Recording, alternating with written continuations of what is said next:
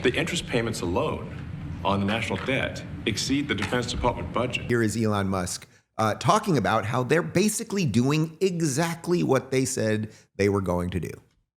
So are people normally this quiet? Your detractors, Mr. Musk. I have to what? Including a lot of Democrats. I have detractors? You do, sir. I don't believe it. Say that you're orchestrating a hostile takeover of government and doing it in a non-transparent way.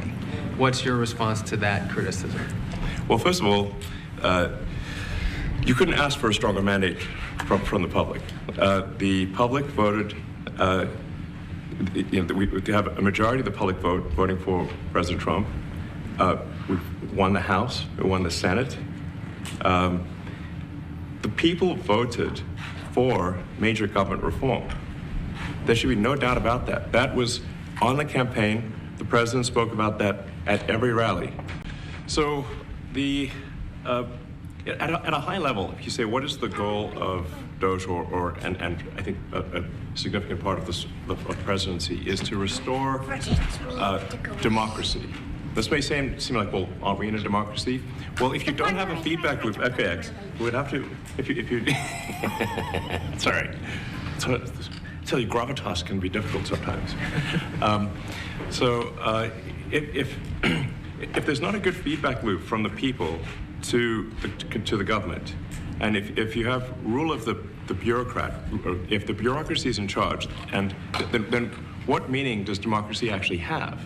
If the people cannot vote and have their will be decided by their elected representatives in the form of the president and the Senate and the House, then we don't live in a democracy, we live in a bureaucracy. So it's incredibly important that we close that feedback loop, we fix that feedback loop, and that the public's elected representatives, the president, the House, and the Senate, decide what happens, as opposed to a large, unelected bureaucracy. This is not to say that there are good people who are in the federal bureaucracy, but you can't have an autonomous federal bureaucracy. You have to have one that is responsive to the people. That's the whole point of a democracy. And if you looked at this, if you looked at the founders today and said, what do you think of the way things have turned out? Well, we have this unelected, fourth unconstitutional branch of government, which is the bureaucracy, which has, in a lot of ways, currently more power than any elected representative. And this is not something that people want, and it does not match the will of the people. So it's just something we've got to fix. And then we've also got to address the deficit. So we've got a $2 trillion deficit, and if we don't do something about this deficit, the country's going bankrupt. I mean, it's really astounding that the interest payments alone on the national debt exceed the Defense Department budget, which is shocking because we spend a lot of money on defense. But if that just keeps going, we're essentially going to bankrupt the country. So what I really want to say is, like, it's not optional for us to reduce the federal expenses. It's essential.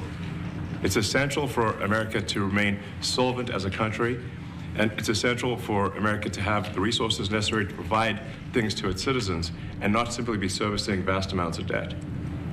Is there anything that guy said right there that you disagree with? And also the way it is unscripted and they are taking questions in the White House. The fact, even optically, that Trump is sitting there deferring to him on some of these questions. His kid is there, the body language, like he's smiling while he says it. And it's all thoughtful. Yes, the Republicans got the presidency and the House and the Senate. And people want transparency. The question is there a hostile takeover, and is this not transparent? I've never seen anything in my lifetime that the government has done that is more transparent than this. They are literally going into these offices. They're finding out information. They're releasing screenshots of the books, right? Like what the accountants were saying, oh, we're putting in $50 million into this, and blah, blah, blah, blah, blah. They're putting it all out there. It's transparent. It's not a hostile takeover of the government. It's a cleanup of the books.